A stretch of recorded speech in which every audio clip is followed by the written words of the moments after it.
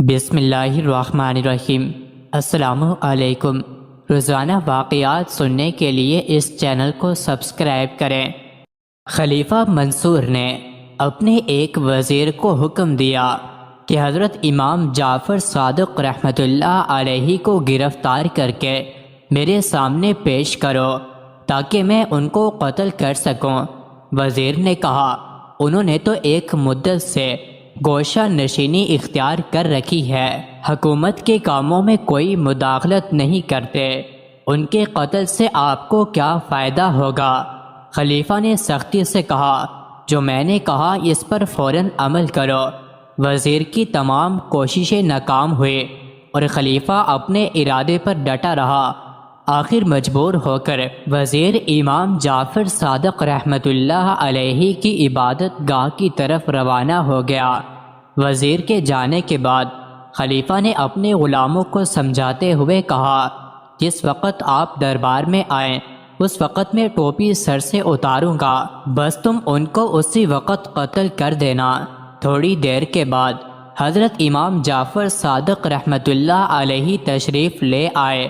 آپ کو دیکھتے ہی خلیفہ کو نہ جانے کیا ہوا، وہ ایک دم آپ کی تعظیم کے لیے اٹھ کھڑا ہوا اور آپ کو اپنی مسند پر عزت و احترام سے بٹھایا اور خود مؤدب ہو کر آگے بیٹھا رہا۔ پھر عرض کرنے لگا، یا حضرت، اگر آپ کی کوئی حاجت ہو تو فرمائیں۔ حضرت امام جعفر صادق رحمۃ اللہ علیہ نے فرمایا، پھر کبھی مجھے اپنے پاس نہ بلانا۔ یہ کہہ کر آپ منصور کے دربار میں سے تشریف لے گئے۔ آپ کے جاتے ہی خلیفہ منصور بے ہوش ہو کر گر پڑا۔ کافی دیر کے بعد جب اسے ہوش آیا تو وزیر نے اس سے بے ہوشی کا سبب پوچھا۔ منصور نے جواب دیا، جس وقت آپ اندر تشریف لائے تو میں نے دیکھا کہ ایک اژدھا بھی ان کے ساتھ منہ کھولے چلا آ رہا ہے۔ مجھے یوں لگا کہ جیسے اگر میں نے آپ رحمت اللہ علیہ کو ذرا بھی تکلیف پہنچائی تو وہ مجھے نگل جائے گا۔ چنانچہ اسی خوف کی وجہ سے میں نے ان کی عزت بھی کی اور اسی اژدھا کی ہیبت سے میں بے ہوش ہو گیا۔ ایک مرتبہ ابو جعفر منصور نے مشہور امام الحدیث عبداللہ بن طاؤس رحمت اللہ علیہ کو دربار شاہی میں بلایا۔ اس وقت دربار میں چند جلاد ننگی تلواریں لیے کھڑے تھے جو بادشاہ کے حکم سے لوگوں کا سر اڑا دیتے تھے۔ خلیفہ نے عبداللہ بن طاؤس رحمۃ اللہ علیہ سے فرمائش کی کہ آپ اپنے والد کے سن سے کوئی حدیث سنائیں۔ اس فرمائش سے عبداللہ بن طاؤس رحمۃ اللہ علیہ کو گویا ایک بہترین موقع ہاتھ لگا کہ خلیفہ کو اس کی ناانصافیوں پر کچھ تنبیہ فرمائے۔ چنانچہ انہوں نے اس وقت منتخب کر کے یہ حدیث سنائی، قیامت کے دن سب سے بڑھ کر اس شخص کو عذاب ہوگا جس کو اللہ تعالیٰ اپنی سلطنت میں سے ایک حصہ عطا فرمائے، پھر وہ ظلم کرے۔